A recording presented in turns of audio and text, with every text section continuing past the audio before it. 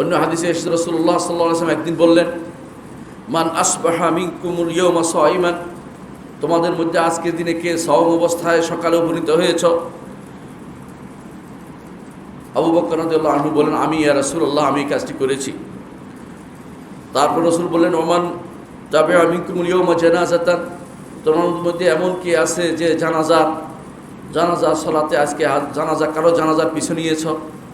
কেউ নেয়নি। আবু বকর রাদিয়াল্লাহু আনহু বললেন, আমি নিয়েছি আল্লাহ রাসূল। তারপর রাসূলুল্লাহ সাল্লাল্লাহু আলাইহি ওয়াসাল্লাম বললেন, তোমাদের মধ্যে এমন কে আছে যে মিসকিনকে খানা খাইয়েছ? সবাই চুপ মেরে গেল, কিন্তু আবু বকর রাদিয়াল্লাহু আনহু বললেন, আমি করেছি।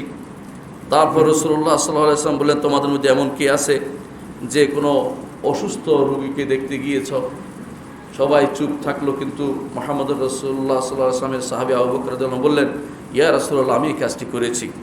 রাসূলুল্লাহ সাল্লাল্লাহু আলাইহি ওয়াসাল্লাম তখন বললেন, যার মধ্যে এই কাজগুলি পাওয়া যাবে তার জন্য আল্লাহ তাআলা জান্নাত দিয়েছেন।